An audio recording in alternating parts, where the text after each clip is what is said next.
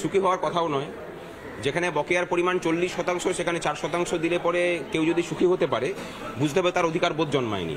আমরা অধিকারটা জানি, নিজের কাজটা ঠিকমতো করি, নিজের যোগ্যতা দিয়ে চাকরিটা পেয়েছি বলে অধিকারটা আছে বলেই এই জায়গাটা করছি। এবং আমাদের আরও দুটো দাবি আছে।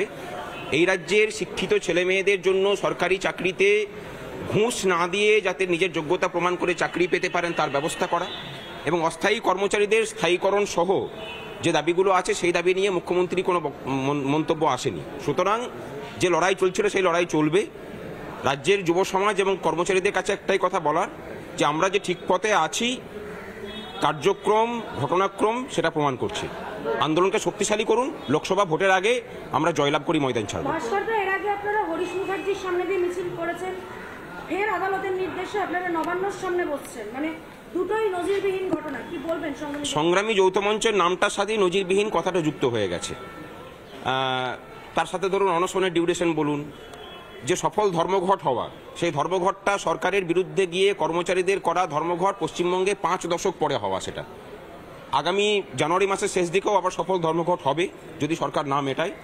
এবং এই ইতিহাসগুলো রচিত হবে আলটিমেটলি একটা অত্যাচারী শাসকের হাত থেকে রাজ্যবাসীকে মুক্তি দেওয়ার জন্য। এই ইতিহাসগুলোর মানে তৈরি করতে করতেই সংগ্রামী যৌথ মঞ্চ জয়লাভ করবে। এবং এই জয় কেবলমাত্র ডিএর জন্য নয়, এই লড়াইটা এই রাজ্যের শিক্ষিত ছেলে মেয়েদের সামনে যে দিশাহীন ভবিষ্যৎ এই রাজ্য সরকার উপহার দিচ্ছে তাকে সুনিশ্চিত করা এবং নিশ্চিত ভবিষ্যতের দিকে রাজ্যটাকে নিয়ে যাওয়ার লড়াই।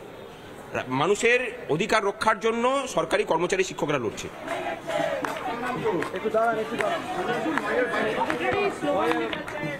আইনজীবী এবং ভাস্কর ঘোষের বক্তব্য আপনাদের শোনালাম। আবারও আমরা চলে যাব আমাদের প্রতিনিধি এলিনার কাছে। এলিনা, আবারও কোথাও গিয়ে রাজ্য সরকারের কাছে কিন্তু মুখ পুড়ল, বলা যেতে পারে রাজ্য সরকারের মুখ পুড়ল।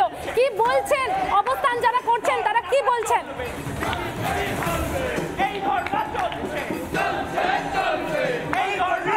একেবারেই পায়েল, দেখো রাজ্য সরকারের মুখ যে পুড়েছে সেটা কিন্তু বলার অপেক্ষা রাখে না। এবং এই মুহূর্তে আমি ছবিটা দেখাই, উচ্ছ্বাসে ফেটে পড়েছেন আন্দোলনকারীরা। তারা নিজেদের মতো করে সেলিব্রেশন করছেন, কারণ তারা বারবার বলছেন আবারও হেরে গেল দিদিমণির সরকার। কি বলবেন? আবারও তো হেরে গেল, রাজ্য সরকারের মুখ পুড়ল। দিদিমণি যে মুখ্যমন্ত্রী চেয়েছিলেন আমরা যেন বসতেই না পারি, সকালবেলায় বসতে দেয়নি, সেই জায়গা থেকে কালকে আমরা 2 দিনের জন্য বসতে পেরেছি। দিদিমণি হেরেছে। কি বলবেন আপনারা? কি বলবেন?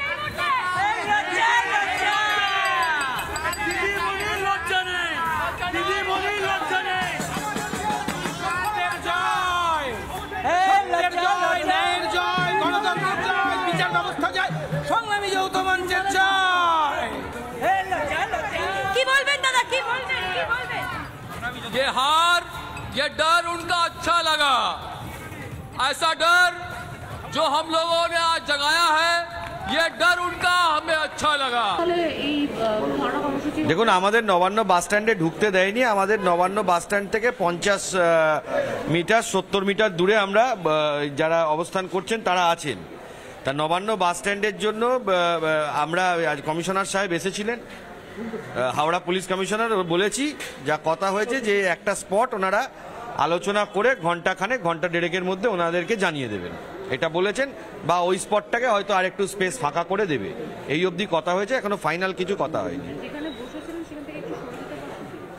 আমাদের সরার কোনো ইয়ে নেই, আমরা যেখানে আমরা স্পট পেয়েছি সেখানেই বসবো। তবে ও একটা ফাঁকা স্পট ওনারা দেবার আমাদেরকে জানিয়ে গিয়েছেন হাওড়া পুলিশ কমিশনার।